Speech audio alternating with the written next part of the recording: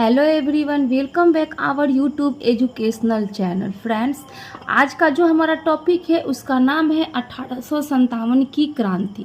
1857 की क्रांति के जानने से पहले हमें कुछ पीछे की घटनाओं को जानना होगा। आपको याद होगा, आप जब क्लास 9th और 10th में रहे होंगे, उस समय 1757 में प्लासी का युद्ध हुआ था और फिर 1764 में बक्सर का युद्ध हुआ था और उसके बाद 1857 में क्रांति होती है। आप यहाँ देख रहे हैं कि 1757 से लेके 1857 तक लगभग 100 वर्षों तक अंग्रेजों ने हमारे भारत पर शोषण किया है। 1757 की घटना यानी प्लासी की युद्ध को हम कहते हैं कि अंग्रेजों ने हमारे भारत में नींव डाल दी। और 1764 में जब बक्सर का युद्ध हुआ तो बक्सर के युद्ध के बाद से ही पूरी तरह से शासन अपने हाथों में ले ली, यानी कि लगभग 100 वर्षों तक अंग्रेज जो है भारत में शोषण किया है।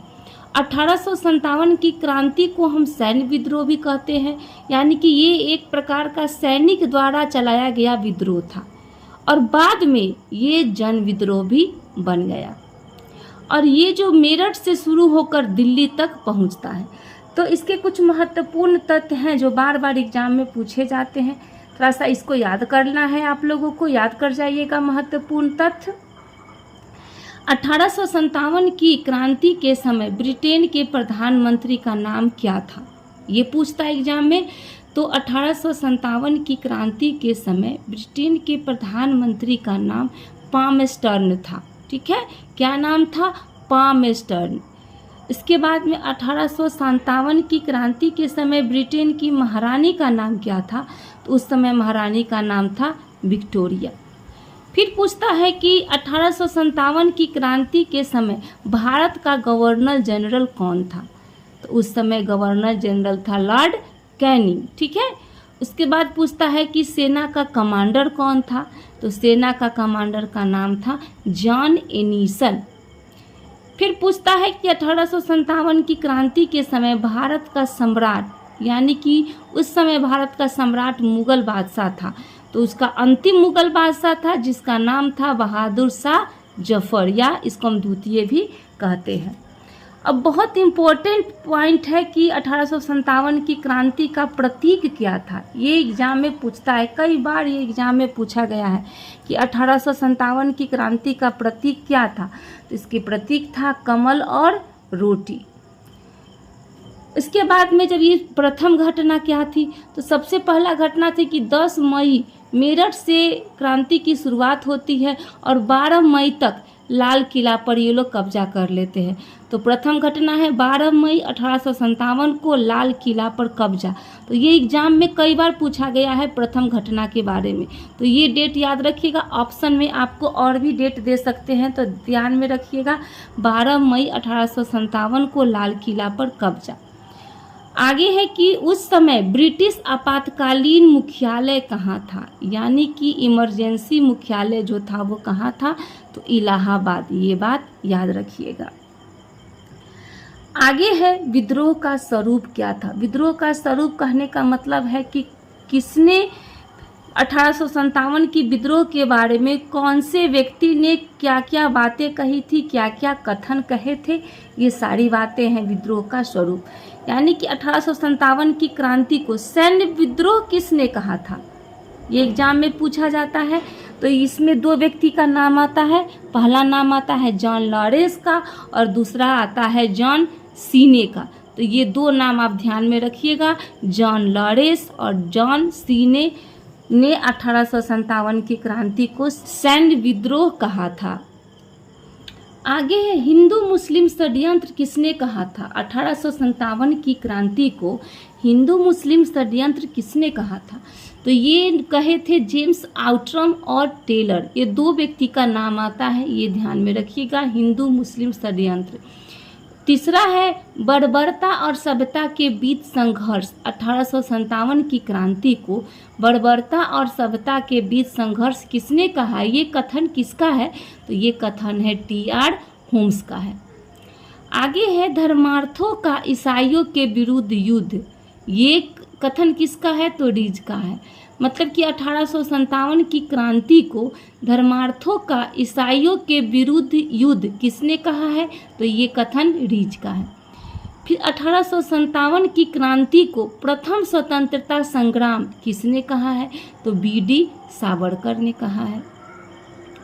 उसके बाद 1857 की क्रांति को न तो प्रथम, न तो राष्ट्रीय और न ही स्वतंत्रता संग्राम था। ये कथन किसका है? तो C.R. मजूमदार का है। फिर नेक्स्ट है 1857 की क्रांति को सैनिक विद्रोह किसने कहा है? सैनिक विद्रोह में आते हैं सर सैयद अहमद खान और दो व्यक्तियों के नाम आते हैं। दूसरा नाम है दुर्गा दास का, यानी कि सर सैयद अहमद खान और दुर्गा दास ने 1857 की क्रांति को सैनिक विद्रोह कहा है। आगे है कि 1857 की क्रांति को राष्ट्रीय विद्रोह किसने कहा है? तो ये बोले हैं, ये कथन है डिज़राली का।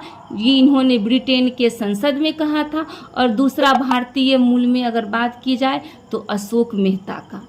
ठीक है, तो दो व्यक्ति का नाम याद रखिएगा। राष्ट्रीय विद्रोह किसने कहा था? तो डिज़राली और अशोक मेहता। फिर 1857 की क्रांति के कारण बार बार एग्जाम में पूछता है। तो इसके बहुत सारे कारण थे। आर्थिक कारण भी थे, राजनीतिक कारण थे, प्रशासनिक कारण थे, सामाजिक और धार्मिक कारण थे, सैन्य कारण थे और सबसे इम्पोर्टेंट जो है इसमें तात्कालिक कारण। तात्कालिक कारण में बहुत सारे टॉपिक हैं जो एग्जाम में पूछे जाते हैं। ठीक है, तो हम पहले आर्थिक राजनीतिक कारण को इस वीडियो में कंप्लीट करेंगे। उसके बाद जो मेरा नेक्स्ट वीडियो होगा उसमें प्रशासनिक, सामाजिक, सैन्य और तत्कालीन कारण को हम लोग कंप्लीट करेंगे। तो सबसे पहले एग्जाम में पूछता है आर्थिक कारण, तो हम लोग देख लेते हैं आर्थिक कारण में क्या है। तो आर्थिक कारण में सबसे पहला जो है वो है भू राजस्व की नीति।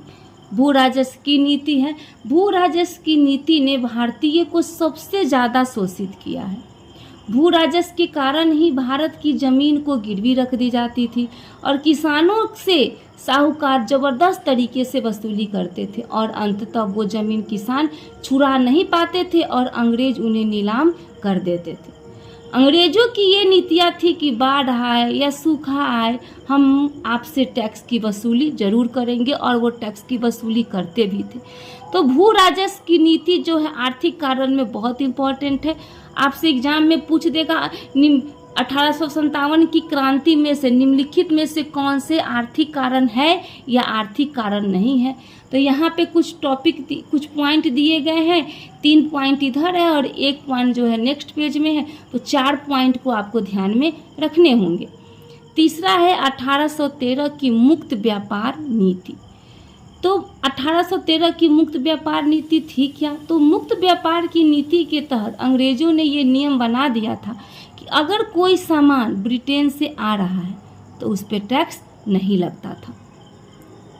तो ये हो गई मुक्त व्यापार की नीति। इसके बाद तीसरा है अकाल या बाढ़ के कारण जमीन की नीलामी, यानी कि अकाल और बाढ़ के कारण जमीन को नीलाम कर दिया जाता था। उसके बाद जब नीलाम जैसे ही जमीन होता था तो जो किसान वर्ग थे वो भूमिहीन हो जाते थे और भूमिहीन होने के बाद वो बेरोजगारी और गरीबी के दलदल में वो लोग फंसते चले जाते थे। तो ये भी आर्थिक कारण था 1857 की क्रांति का।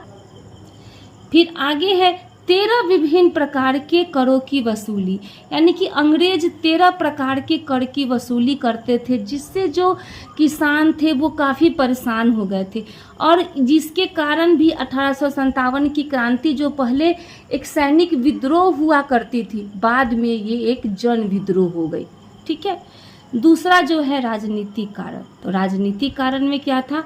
तो राजनीतिक कारण में पहला जो पॉइंट है वो है मुगलों का अपमान, यानी कि मुगल जैसे भी थे वो देश के अंदर शासन व्यवस्था को वो चला रहे थे, लेकिन अंग्रेज उन्हें जरा सी भी तवज्जो नहीं देते थे और मुगलों को बार बार वो लोग अपमानित कर देते थे। और लॉर्ड डलहौजी ने अपने टाइम पीरियड में इनाम आयोग की सिफारिश की थी और ये इनाम आयोग की सिफारिश में किसानों की सारी ज़मीनें नीलाम कर दी जाती थी। और दूसरा जो था डलहौजी की हड़प नीति के अंतर्गत हड़पा गया क्षेत्र, यानी कि जिस राजा को अपने बेटे नहीं हुआ करते थे वो गोद लिया हुआ बेटा गद्दी पर नहीं बैठा सकता था। यानी कि धरप नीति के अंतर्गत होता था कि जिस राजा को अपना बेटा नहीं होता था वो गोद लेता था, लेकिन अंग्रेज कहते थे कि गोद लिए हुए बेटे को वो गद्दी पर नहीं बैठने देना चाहते थे और अंग्रेज जो है वहाँ अपना कब्जा जमा लेते थे और अंग्रेज ने गोद लेने की प्रथा को बंद करवा दिया था। इसके अंतर्गत इन्होंने बहुत सारे क्षेत्र को हड़प लिया था अंग्रेज, जैसे में कुछ क्षेत्र का नाम यहाँ दिया गया है सतारा, संबलपुर, झांसी, अवधपुर, नागपुर, संबलपुर भी इसमें आता है। तो ये सारे जो क्षेत्र थे, ये सारे क्षेत्र जो है काफ़ी इम्पोर्टेंट है। कभी कभी एग्जाम में पूछ देता है कि हड़प नीति के अंतर्गत डलहौजी ने किस क्षेत्र को हड़पा था, तो कुछ क्षेत्र का नाम यहाँ दिया गया है, आप याद कर जाइएगा इस क्षेत्र के नाम। और इसके बाद जो मेरा कुछ पॉइंट बचा हुआ है 1857 की क्रांति का, जैसे में प्रशासनिक कारण है, सामाजिक कारण है, धार्मिक कारण है, सैन्य कारण है और तत्कालीन कारण है। तो सबसे इम्पोर्टेंट जो होगा वो तत्कालिक कारण होगा। तो तत्कालिक कारण को से ही काफ़ी एग्जाम में क्वेश्चन पूछे जाते हैं। ये जो है वीडियो मेरा पार्ट 1 वीडियो होगा 1857 की क्रांति का। इसके बाद जो मेरा नेक्स्ट वीडियो होगा वो 1857 की क्रांति का पार्ट 2 वीडियो होगा। तो अगर आप लोगों को मेरा वीडियो अच्छा लगा हो तो मेरे वीडियो को लाइक करें, शेयर करें, मेरे चैनल को सब्सक्राइब करें और कमेंट ज़रूर करें। तो बने रहिए हमारे साथ। मिलते हैं नेक्स्ट वीडियो में नेक्स्ट टॉपिक के साथ। धन्यवाद।